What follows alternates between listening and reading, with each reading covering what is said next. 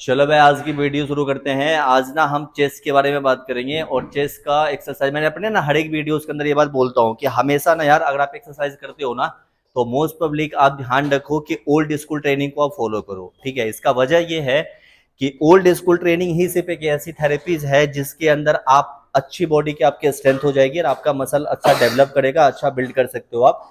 ठीक है, और लॉन्ग टाइम तक आपकी मसल बिल्ड रहेगा, आपको अच्छा हैबिट देगा वो एक्सरसाइज करने का।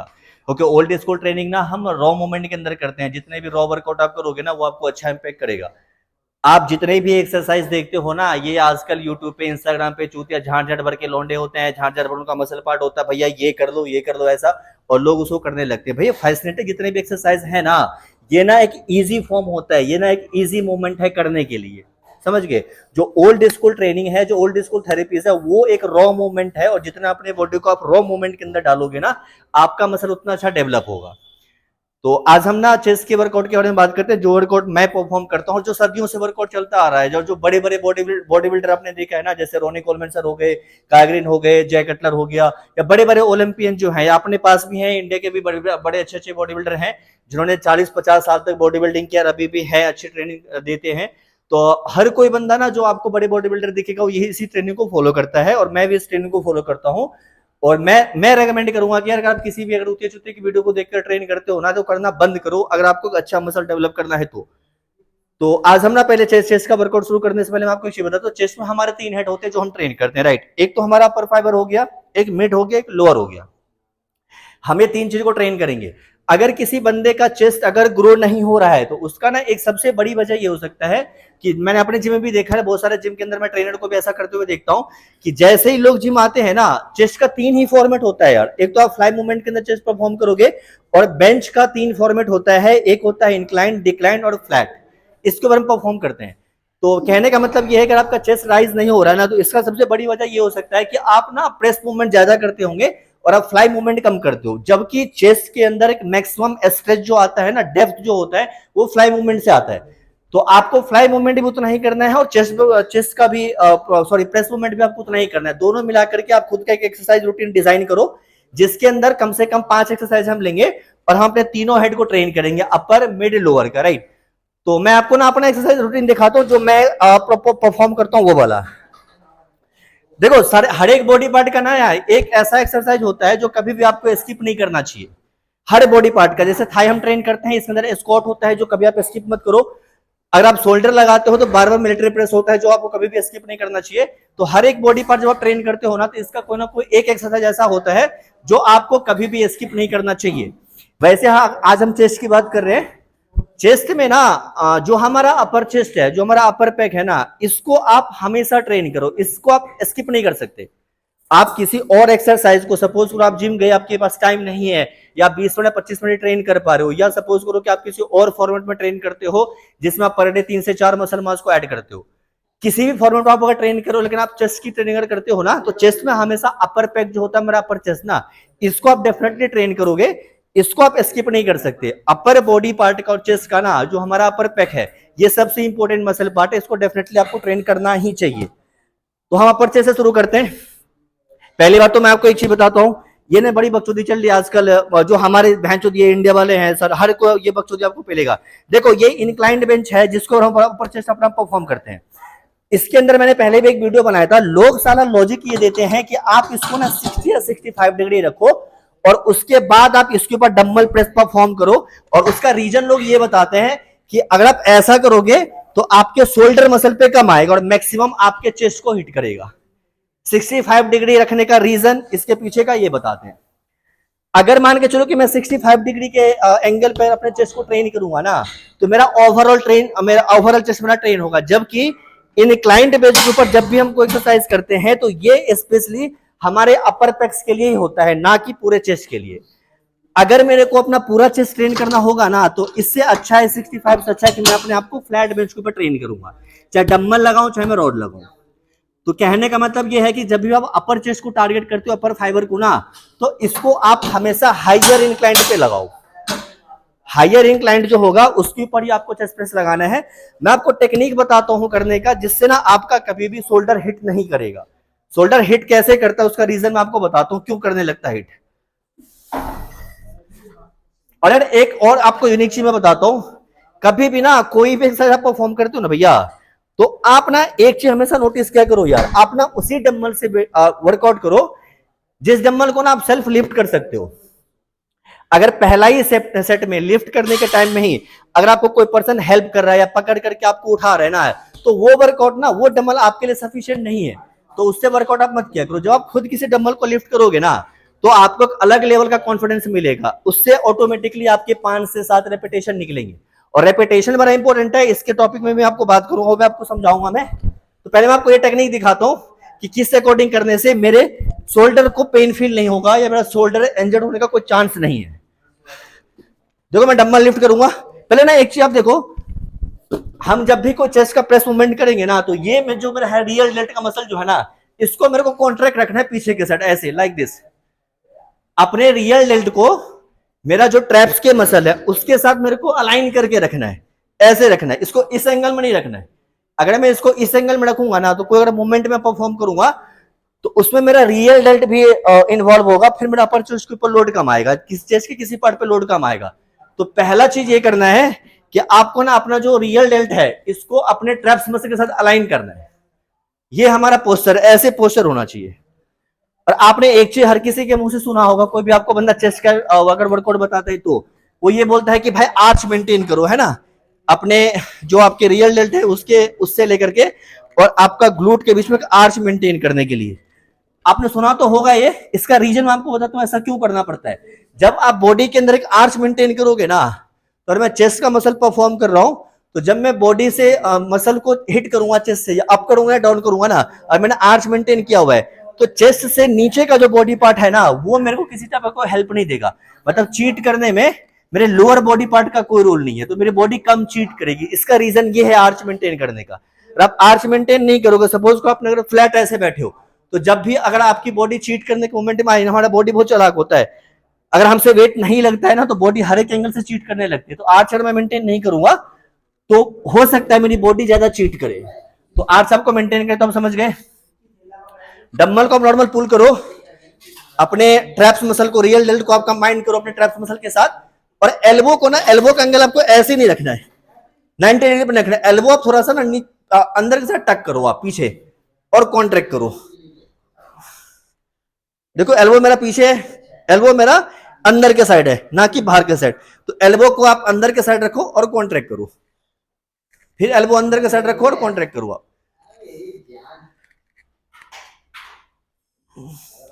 और हमेशा ना ये आप नोटिस किया करो, लोग ना क्या करते हैं, डंबल जब नीचे लेके आते हैं ना, तो अपने बॉडी से वाइड रखते हैं। इंजरी होने का सबसे बड़ा चांस ये है। कभी भी आप डंबल अगर नीचे लेकर के आओगे, तो अपने बॉडी के अलाइनमेंट में हमारा वेट होना चाहिए। जो मेरी बॉडी है ना, उसके अलाइनमेंट में अगर मेरा वेट होगा ना, तो इंजर्ड नहीं होगा, वेट मेरे कंट्रोल में होगा। अगर मैं इस वेट को अपने बॉडी से दूर लेके जाता हूं, नीचे या ऊपर कहीं पर भी, ऊपर अगर मैं दूर लेके जाऊंगा या नीचे भी अगर मैं इसको दूर लेके जाऊंगा, तो इंजर्ड और ज्वाइंट हिट होने का सबसे मेन रीजन ये है।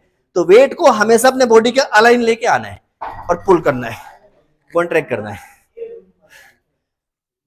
और हमेशा फुल रेंज ऑफ मोशन में लगाओ, मैक्सिमम स्ट्रेच करो, नीचे मैक्सिमम स्ट्रेच और ऊपर मैक्सिमम कॉन्ट्रैक्ट। कभी बीच में लोग ऐसे हल्का हल्का लगाते हैं, ऐसे मत लगाया करो। तो फर्स्ट ऑफ ऑल तो ये मैं लगाता हूं। अभी आप हमेशा कभी भी आप अगर चेस्ट का वर्कआउट परफॉर्म करते हो ना, तो डंबल का एक्सरसाइज जरूर आप लगाया करो, और इसको हायर इंक्लाइन पे ही लगाना है। अब मैं आपको डंबल का एक्सरसाइज, तो मैंने बताया, लोग बोलेंगे इसका सिर्फ एक ही एक्सरसाइज करना चाहिए। अगर आप इंक्लाइंड बेंच पे डंबल लगा भी लेते हो ना, तो उसके बावजूद भी आप इंक्लाइंड बेंच पे रॉड भी लगाओ। दोनों एक्सरसाइज सेम है, बट रीजन ये है कि जब आप डंबल के साथ परफॉर्म करोगे ना इंक्लाइंड बेंच पे, तो डंबल हमारे पर्टिकुलर मतलब कोई भी डंबल होता है हमारा पर्टिकुलर हाथ के अंदर होता है, तो आपके मसल्स का ये पार्ट तो हिट करेगा, दोनों साइड का सेम करेगा।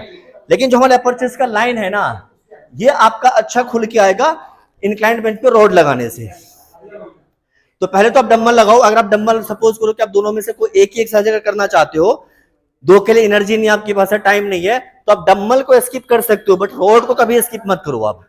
आप बेटर है कि आप दोनों ही परफॉर्म करो। पहले आप डंबल लगा लो, उसके बाद इंक्लाइंड बेंच के ऊपर आप रॉड लगाओ। अब ये इंक्लाइंड बेंच हर किसी के जिम के अंदर होता है, ऐसा कोई जिम नहीं होगा जिसके अंदर नहीं होगा ये। बट ना मैं आपको एक टेक्निक बताता हूं, आप इसके ऊपर ट्रेन करो तो आपको बेटर रिजल्ट मिलेगा। देखो ये स्मिथ मशीन हर किसी के जिम के अंदर अवेलेबल होता है, राइट। आप इसके नीचे बेंच लगाओ और सेम आपको मैंने जैसे पहले बोला था, आपको हायर इंक्लाइन पे बेंच को आपको सेट करना है और इंक्लाइन आप इसके ऊपर लगाओ। इसको लगाने का रीजन ये है कि जब आप इस बेंच के नीचे आप इंक्लाइन लगाओगे ना, तो आप मैक्सिमम फेलियर रेपिटेशन से इसको ट्रेन कर सकते हो, बिकॉज रखने का कोई प्रॉब्लम होगा नहीं। अगर मेरे से वेट नहीं उठेगा ना, तो रैक है जहां मर्जी में वहीं अपने इस बेंच को रख दूंगा। अगर मैं नहीं लग रहा है जैसे उस वाले बेंच पे मैं लगाऊंगा, तो मुझे थोड़ा सा वेट उठाने में प्रॉब्लम हो सकता है, मुझे एक पार्टनर की नीड पड़ेगी, मैं अपने मसल को फेलियर तक ट्रेन नहीं कर पाऊंगा। बट आप इसमें ट्रेन करते हो तो आप अपने मसल को फेलियर तक ट्रेन कर पाओगे। और जब मेरा नहीं लगेगा वेट, तो इसमें रैक है, मैं उसी जगह पे वेट को होल्ड कर दूंगा। मैं रेकमेंड करूंगा कि अगर आप इंक्लाइंड बेंच पे ट्रेन करते हो ना, तो स्मिथ मशीन हर किसी के जिम के अंदर अवेलेबल होता है, इसके ऊपर आप ट्रेन करो। और सेम पोस्चर आपको मैंने पहले बताया, आपको हायर इंक्लाइंड पे रखना है, अपने ट्रैप्स रियल डेल्ट को आपको अपने ट्रैप्स मसल के साथ अलाइन करना है ताकि आपका चेस्ट अप हो, और सेम आपको जो शोल्डर है वो अंदर के साथ टक्कर के लाना है और कॉन्ट्रैक्ट करना है फुल। तो पहला एक्सरसाइज तो ये हो गया। और आप इस दोनों में से ना, आप बेटर है कि आप दोनों परफॉर्म करो। और आप दोनों नहीं कर पा रहे हो, आपके पास टाइम की कमी है या आपकी बॉडी टायर्ड हो गई ना, तो आप चाहो तो डम्बल जो है ना वो आप स्किप कर सकते हो, बट इस एक्सरसाइज को आप कभी भी स्किप मत करो, उसको आप हमेशा करो। और अब आपको मैं एक एक्सरसाइज और बताता हूँ जो आप इसके अंदर ऐड ऑन कर सकते हो।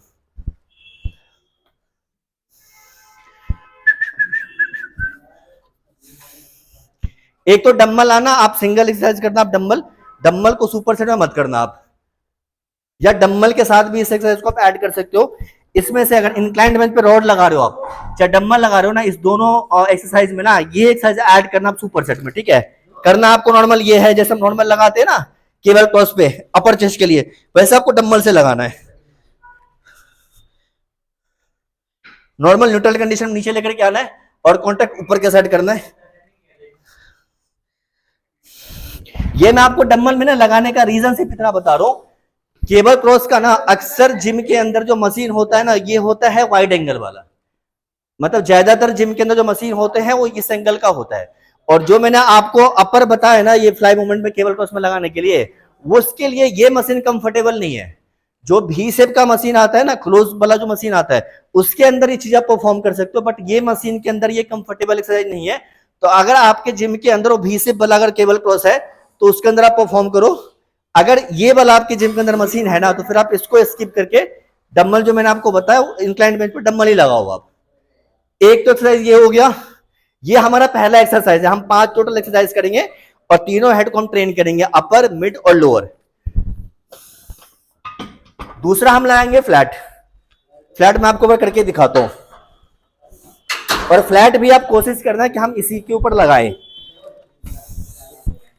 मैं आपको ना वो एक्सरसाइज बता रहा हूं जो मैं करता हूं, मैं किसी को देख करके किसी को कॉपी करके नहीं करता हूं, और मैं इसी एक्सरसाइज का रिजल्ट बेटर है क्योंकि इसके अंदर मैक्सिमम फेट। जब आप किसी एक्सरसाइज को फेलियर तक ट्रेन करते हो ना, हमारा मसल जब हिट होता है। मैं आपको एग्जांपल बताता हूं। अब सपोज करो कि आपने कोई ऐसा वेट उठाया जिसको लिफ्ट करने के लिए 2 बंदे लगे, और आपने 4 से 5 रैप सेल्फ मारा। आपको लगता है कि आप वो बजरंग बली की जय जय श्री शंभू ये हो, यस बेबी यस बेबी करके जिम में चीख रहे हो, बहन जो 4-5 आपने लगा दिया।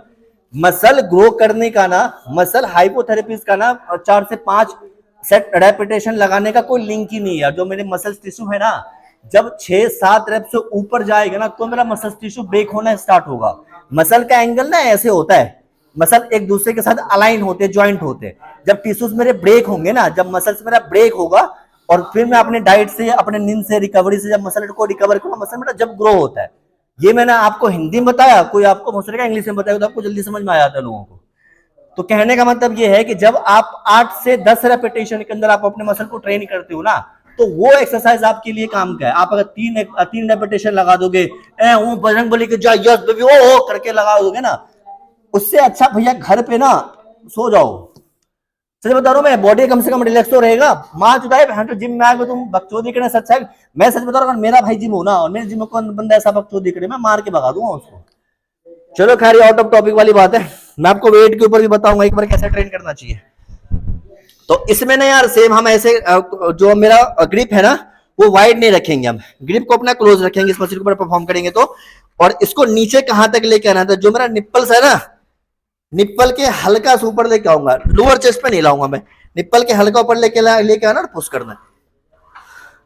सेम शोल्डर ना मेरा अलाइन होगा अंदर के साइड, शोल्डर को अंदर से टक करूंगा मैं और पुश करूंगा।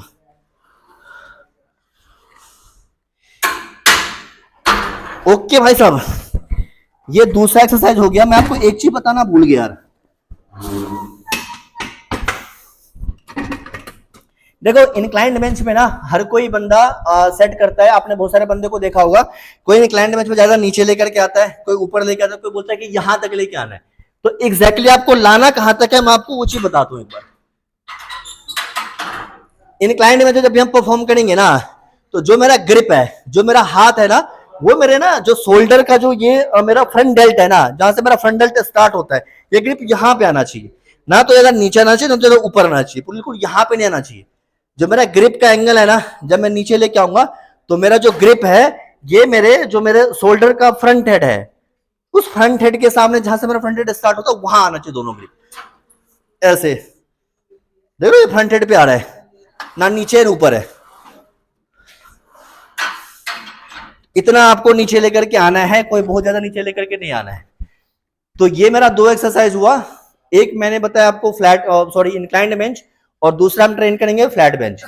अब इसमें तीन तरीका होता है, मैंने आपको पहले बताया ट्रेन करने का चेस्ट। एक तो इंक्लाइंड हो गया, एक फ्लैट हो गया, डिक्लाइन हो गया। हर कोई बंदा जब जिम में आता है उसको प्रेस में तीन मूवमेंट होता है, हर कोई ट्रेनर बोलता है कि भाई 3 लगा ले। आपको डिक्लाइन पे ना तो कोई डंबल लगाना है, ना तो कोई रोड लगाना है।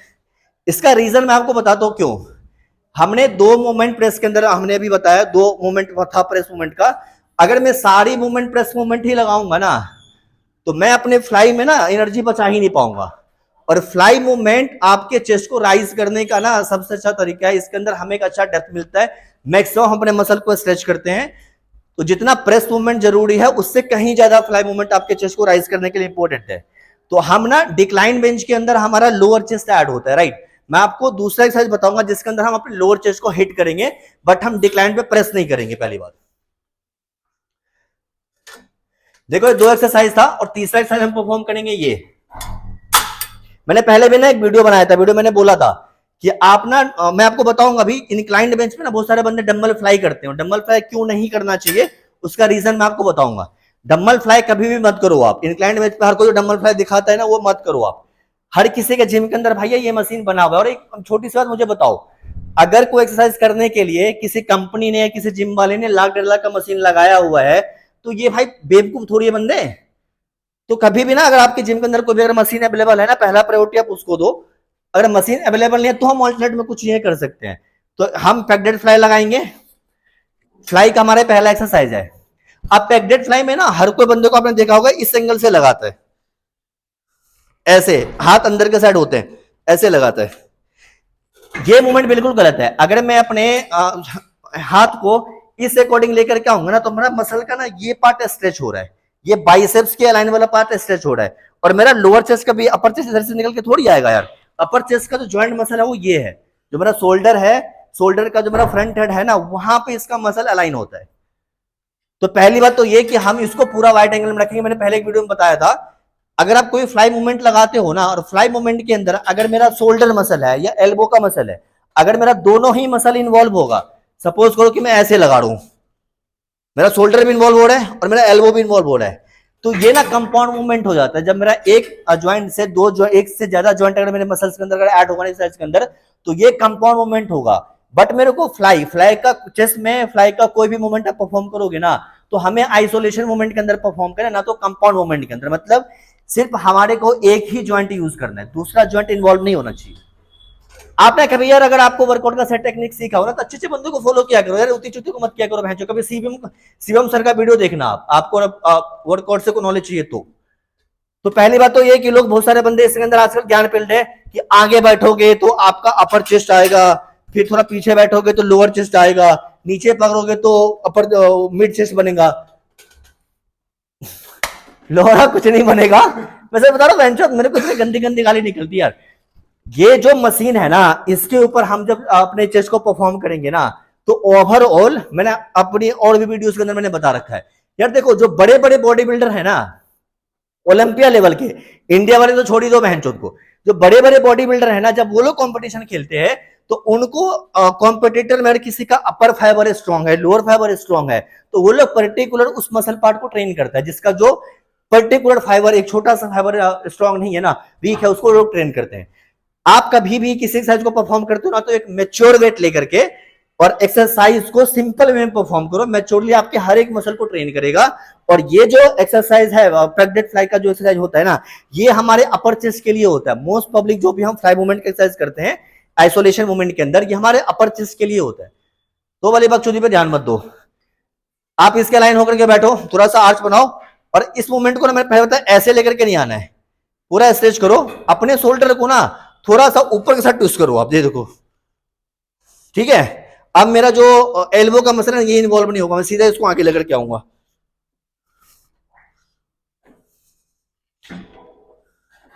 टेक्निक सिर्फ इतना है कि हाथ के एंगल को ऐसे नहीं रखना आपको, इसको ग्रिप करने के बाद ना थोड़ा सा ना शोल्डर को ना आप पीछे के सपोर्ट लेकर के ना आपको अब इसको ऊपर से ट्विस्ट करना है, आपको ऐसे ट्विस्ट करना है। हमारा ना ये मसल स्ट्रेच होना चाहिए, आप ऐसे कर दोगे ना तो हमारे बाइसेप्स के साथ ही अलाइन हो जाएगा, तो ये मसल स्ट्रेच नहीं हो रहा फिर। तो हमें इसको थोड़ा सा ट्विस्ट करना ऊपर के साइड और ऐसे कॉन्ट्रैक्ट करना है। ये भी हमारा ना तीसरा एक्सरसाइज हो गया। मैं खुद तो नहीं बोल के एक्सरसाइज। अब देखो भाई, मैं चौथा एक्सरसाइज आपको बताता हूं। केबल क्रॉस हर कोई लगाता है ना, चेस्ट के लिए ना यार 5 एक्सरसाइज काफी सफिशिएंट है। अगर आप एक अच्छे लेवल का सपोज को इंटरमीडिएट एथलीट भी होना, आप कुछ कंपटीशन की तैयारी कर रहे हो, तो जो मैं आपको एक्सरसाइज बताया सर, ये ना एक अच्छे लेवल का एक्सरसाइज है, इसको आप अपने वर्कआउट शेड्यूल में ऐड करो। और कभी भी ना यार कोई वर्कआउट आप देखते हो ना, उसको हमेशा चेंज नहीं करना पड़ता है। लोग बोलते, मैंने पहले एक वीडियो बनाई थी, लोग बोलते हैं कि यार आप वर्कआउट शेड्यूल हमेशा 10 दिन में, 10 वीक में, 4 वीक में, 5 वीक में चेंज क्या करो। ऐसा नहीं करना होता है, वर्कआउट पूरा शेड्यूल चेंज नहीं करना होता है। वर्कआउट चेंज करने का मतलब यह है कि सपोज करो कि मैंने 2-3 वीक तक मैंने पहले इंक्लाइंड बेंच से शुरू किया, फिर मैंने फ्लैट लगाया, फिर मैंने पैक्ड डेड फ्लाई लगा, मैं ये लगा रहा हूं। तो वर्कआउट चेंज करने का मतलब यह है कि मैं किसी ना जिम आऊंगा और अपने वर्कआउट शेड्यूल को जो मैंने लास्ट में लगा तो मैं पहले लगा लूंगा, फिर जो मेरा मिडिल ऑर्डर था, जो मैं बीच में मैंने लगा रहा था, उसको मैं लास्ट में लगाऊंगा, जो मैं लास्ट में लगाता था वो मैं बीच में लगा लूंगा। ये होता है कि आपको एक्सरसाइज को आगे पीछे करके लगाओ। एक्सरसाइज का भी चेंज करने का मेथड नहीं होता है। किसी भी मसल्स को ना, जो पुराने बॉडी बिल्डर थे, आप एक ही थेरेपीज के अंदर, एक ही फॉर्मा के अंदर मसल को जितना तोड़ोगे ना, मसल उतना राइज करेगा। आज आपने मसल का ये है ट्रेन कर दिया, अगले हफ्ते आके आपने ये है ट्रेन कर दिया, फिर 10 दिन बाद आपके ये आपने आके ये ट्रेन कर दिया, तो मसल को घंटा फर्क पड़ रहा है। कहां से कौन ट्रेन कर रहा है यार। आप एक ही जगह घूसे मारोगे जब तो दीवार टूटेगा ना। आज आपने उत्तराखंड में मार दिया घूसा, कल आपने द्वारका मोड़ में जाके मार दिया, परसों आप पीड़ागढ़ी में जाके मार दोगे, तो फिर आप मुंबई में जाके मार दोगे, तो थोड़ी कुछ इंपैक्ट पड़ेगा।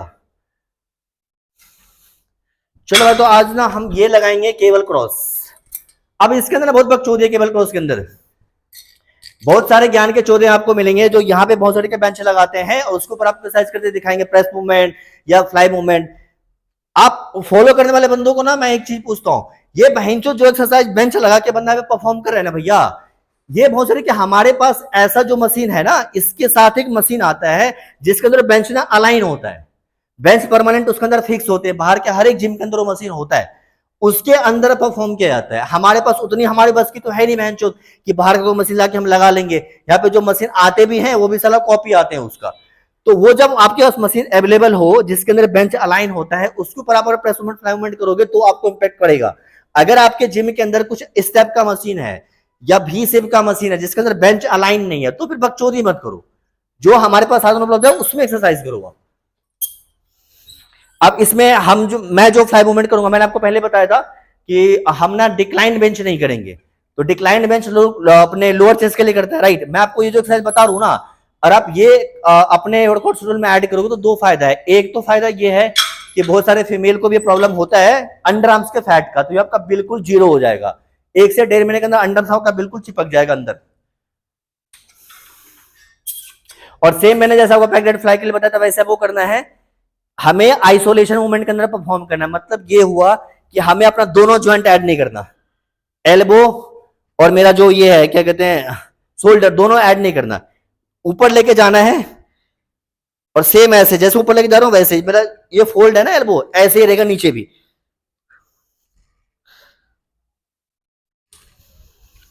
मैक्सिमम स्ट्रेच करूंगा पीछे के साइड में, और सिर्फ मेरा शोल्डर का मूवमेंट होगा, ना कि एल्बो के। इसको सीधा नहीं करना है, ऐसे नहीं करना। जब भी आप अपने ज्वाइंट मसल को फ्लाई मूवमेंट के अंदर एक से दूसरा ज्वाइंट आप ऐड करोगे ना, तो वो एक्सरसाइज कंपाउंड मूवमेंट के अंदर होगा। कंपाउंड मूवमेंट नहीं करने के लिए लोग इसे, जो अच्छे बॉडी बिल्डर जिसको नॉलेज है, वो आपको मना करेगा। इसका रीजन सिर्फ इतना है कि अगर मैंने 10 किलो के डंबल से कोई एक्सरसाइज को कर रहा हूं और वो एक्सरसाइज मेरा अगर कंपाउंड मूवमेंट के अंदर हो जाएगा ना, तो जो वेट मेरे हाथ में है वो डिस्ट्रीब्यूट हो जाता है पूरे फोर आर्म्स के अंदर, तो वो वेट 10 केजी का मेरे चेस्ट को हिट नहीं करेगा। अगर 10 केजी का डंबल मैंने हाथ में उठा रखा है तो 2 किलो मेरे चेस्ट को हिट करेगा, दैट्स इट। इसलिए लोग बोलते हैं कि आप कोई भी अगर फ्लाई मूवमेंट करो तो आपको सिर्फ एक ही जॉइंट ऐड करना है, एक जॉइंट आपको ऐड नहीं करना है। ये हमारा 4 एक्सरसाइज हो गया था। अब मैं आपको 5वां एक्सरसाइज बताता हूं। हमें लगाना है डंबल पुल ओवर, ठीक है। ये हमारा 5वां एक्सरसाइज है और हम लास्ट करेंगे, इतना एक्सरसाइज होगा। इस एक्सरसाइज का बहुत इंपॉर्टेंट है चेस्ट के वर्कआउट के अंदर। अगर आप ये एक्सरसाइज नहीं करते हो ना, तो इसको आज से आप ऐड करो। अगर आप इस एक्सरसाइज को, सबसे पहले बात तो ये कि ये एक्सरसाइज आपको कभी भी करना हो तो लास्ट में करना। चेस्ट के फिनिशिंग में आपको एक्सरसाइज ऐड करना है, इसलिए क्योंकि जो भी आप ऑलरेडी का चेस्ट का 4 एक्सरसाइज करोगे ना अच्छे स्टेमिना के साथ, तो आपका मसल्स ऑलरेडी टाइड होगा, ठीक है। आपका जो मैक्सिमम इंटेंस हो सकता है उससे अकॉर्डिंग आप ट्रेनिंग करोगे, तो लास्ट में जो भी कसर हमारा बाकी रहेगा ना, वो ये एक्सरसाइज हमारे कसर को पूरा करेगा भैया। तो ये हम करेंगे सबसे लास्ट में, और डेफिनेटली ये करना है। अगर आप नहीं कर रहे हो ना तो गलती कर रहे हो ये। अब बहुत सारे बंदे ना, आपको चेस्ट में जो हम पूरा बार लगाते हैं उसमें बहुत सारे बंदे ना फ्लैट इस बेंच के ऊपर बैठ करके लगाता है। वैसे मुझे एक बात और आज तक समझ नहीं आया, इस बेंच पे लोग लेट करके ना बैक का एक्सरसाइज करते हैं ना, पुल ओवर लगाते हैं, बोलते हैं बैक का एक्सरसाइज, उसमें लेट्स हमारा ट्रेन होगा। पता नहीं मकरोड़ा कैसे ट्रेन होता है, हम तो नहीं करा बहन चोद आज तक। तो यार हर एक बॉडी पार्ट के ना बहुत सारे एक्सरसाइज हो सकता है, या है 100, 150, 300, 400, 500 एक्सरसाइज है। जितना भी टेक्निकली आप देख रहे हो नए नए बंदे को जो ऐसा इजाब करके बता देता है कि आप ये करोगे 30% लोड आएगा, ये करोगे 100% लोड आएगा।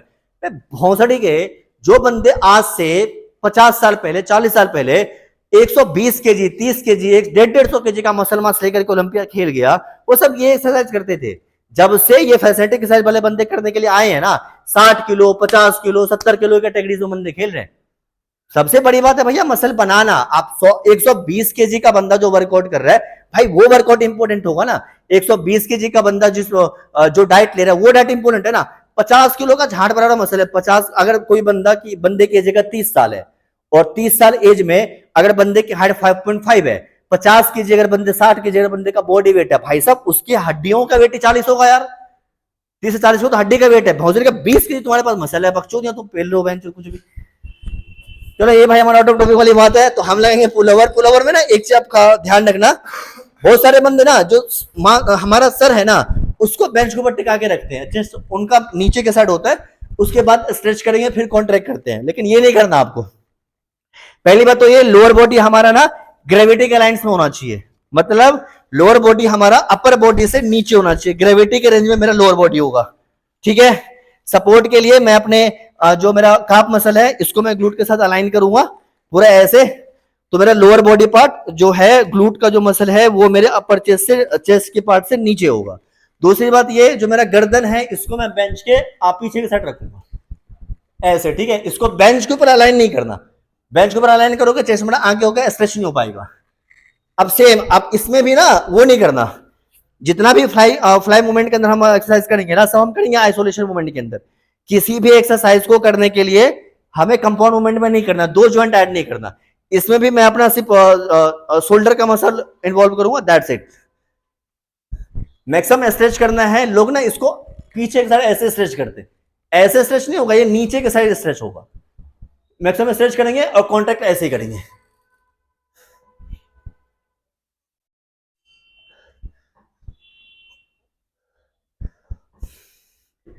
जब किसी भी एक्सरसाइज को परफॉर्म करते हो ना, अगर बॉडी का अलाइनमेंट्स अगर हम सही रखेंगे ना, तो कितना स्ट्रेच करना है, कितना कॉन्ट्रैक्ट करना है, ये सब थ्योरीज ना अपने आप आपको समझ में आने लगेगा।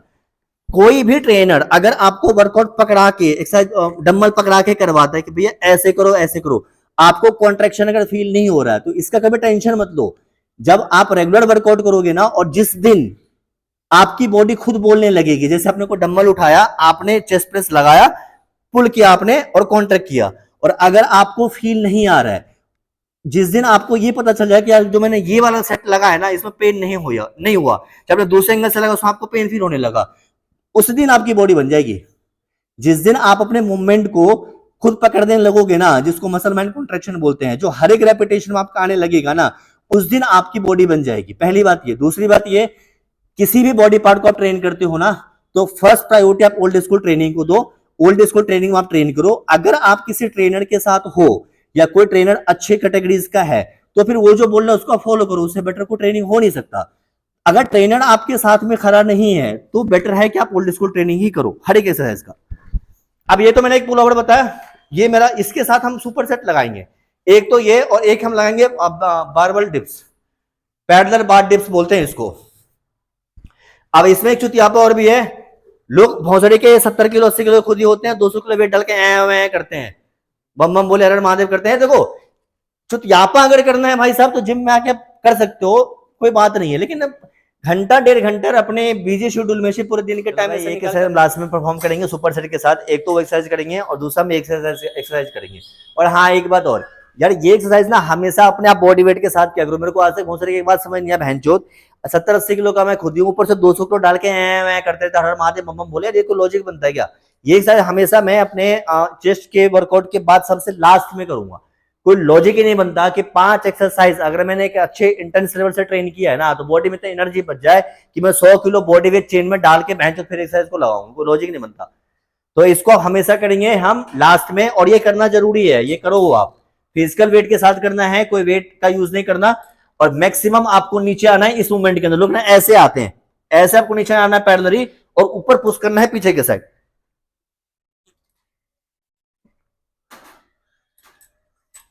इस मूवमेंट में करना है, ठीक है भैया। ये था पूरे चेस्ट का वीडियो। इंपॉर्टेंट बात ये है कि इसके अंदर 2 चीज आपको ध्यान रखना है। कभी भी अगर आप ट्रेन करते हो ना, तो आप ना तो लो रैप रेंज में ट्रेन करो, ना तो आप हाई रैप रेंज में ट्रेन करो। एक मॉडरेट रैप रेंज होता है जिसको हम 8 से 12 का रैप रेंज बोलते हैं। 8 से 12 के रेपिटेशन में ही आप ट्रेन करो। ऐसा वेट आप डालो जिस वेट से सेल्फ आपका कम से कम 8 का रेपिटेशन, 8 रैप आई सेल्फ। 8 से 12 के बीच में जो रेपिटेशन होता है उस वेट से आप ट्रेन करो। दूसरी बात, हर एक दिन ना प्रोग्रेसिव ओवरलोड में ट्रेन मत करो। प्रोग्रेसिव ओवरलोड हम उसको बोलते हैं, जैसे आप जिम आए, आप मैक्सिमम 30 का डंबल उठाते हो, तो आपने क्या करा, 15 से एक सेट ले लिया, 20 से एक सेट ले लिया, 25 से एक सेट ले लिया, फिर 30 से लिया, फिर लास्ट आपने 35 से लिया। अगर आप इस थेरेपीज के अकॉर्डिंग ट्रेनिंग करोगे ना, तो मसल मास कभी भी आप गेन नहीं कर पाओगे। आपको करना यह है कि सपोज करो कि आप 35 का डंबल लास्ट में लगाते हो ना, और आपको 5 से 6 रेपिटेशन उससे निकल जा रहा है, तो आप उस डंबल को पहले सेट से लगाना स्टार्ट करो। या तो आप ऐसा करो, उससे थोड़ा 5 किलो कम का डंबल लो, 30 का डंबल आप लो, पहला भी 30 लगाओ, दूसरा भी 30 लगाओ, तीसरा भी 30 लगाओ। अगर सपोज को पहले बार में आपने 12-14 रेपिटेशन निकाला ना, तो दूसरे बार में अपने आप 10 हो जाएगा, अपने आप 8 हो जाएगा। तो कभी भी आप प्रोग्रेसिव ओवरलोड में हमेशा ट्रेन मत करो। और आपने ये थ्योरी आपने बहुत सारे लोगों के साथ सुना होगा कि 10 से 12 रैप पहला लगाना है, 8 से 10 दूसरा लगाना है। इसका मतलब ये होता है कि 10 से 12 रैप अगर लगाना है ना, तो आप हम एक ऐसा वेट चूज करेंगे जिससे 12 में मेरा फेलियर आ जाए, 12 के बाद एक भी रेपिटेशन लगाने का जान ना बचे, उसको बोलते हैं 12 रैप लगाना। 12 रैप लगाने का मतलब ये नहीं होता कि मैंने कोई वेट उठा लिया और 12 रैप लगा लिए, फिर मेरे बॉडी के अंदर इतनी एनर्जी है कि 5-10 रैप और लगा सकता था, तो वो सेट सिर्फ मैंने अपने मसल को टाइट किया है, अपने आप को टाइट किया है, उससे मसल बनने का कोई भी लिंक नहीं है, समझे। तीसरी बात, आपने कोई ऐसा वेट लिफ्ट कर लिया, 4-5 रेपिटेशन आपने लगाए, पटक दिया आपने, आपसे वेट अनबैलेंस हो रहा है या वेट बहुत ज्यादा है, 4 से 5 रेपिटेशन लगाने तक में ना आपका मसल टिश्यू ब्रेक नहीं होते। कम से कम 6 से 7 रेपिटेशन लगाओगे तो आपका मसल टिश्यू ब्रेक होता है। और उसके बाद जब आप 2-3 रैप और लगाओगे ना, मसल वहां पे बनता है। और आपने 6 रैप में आपने डंबल लगा रख दिया ना, जो बॉडी बिल्डर बन गया है, जिसने मसल बना लिया ना, उसे वो 2 से 3 रेपिटेशन का ही गैप होता है, 2 से 3 रेपिटेशन का ही गेम है। जहां पे आपका मसल टिश्यू ब्रेक हुआ, उसके बाद जब 2-3 रेपिटेशन लगाओगे ना भैया, मसल आपका वहीं बनता है। जो आप सालों साल बहुत सारे बंदे को देखते हो जिम जा रहे हैं बट ग्रो नहीं कर पा रहा है, पहले 2 साल भी ऐसे ही था, अभी भी ऐसे ही है। तो मेन गलती ये है कि हम ना एक वेट सिलेक्शन नहीं कर पाते हैं, और रेपिटेशन का हमारे को अंदाजा नहीं होता कि किस रेपिटेशन मुझे ट्रेन करना है और कितना वेट मुझे लिफ्ट करना है। अब ये इम्पॉसिबल थिंग है ना कि मैं अगर जिम आया और मेरे को वर्कआउट करना है चेस्ट का, सारे ही एक्सरसाइज के अंदर मैं अच्छा वेट मार जाऊंगा, ऐसा तो कोई पॉसिबल थिंग है नहीं यार। 2-3-4 रेपिटेशन, 4 सेट जाते जाते 40 सेट जाते, तो मेरा मसल ऑलरेडी टायर्ड हो जाएगा, एग्जॉस्ट हो जाऊंगा मैं।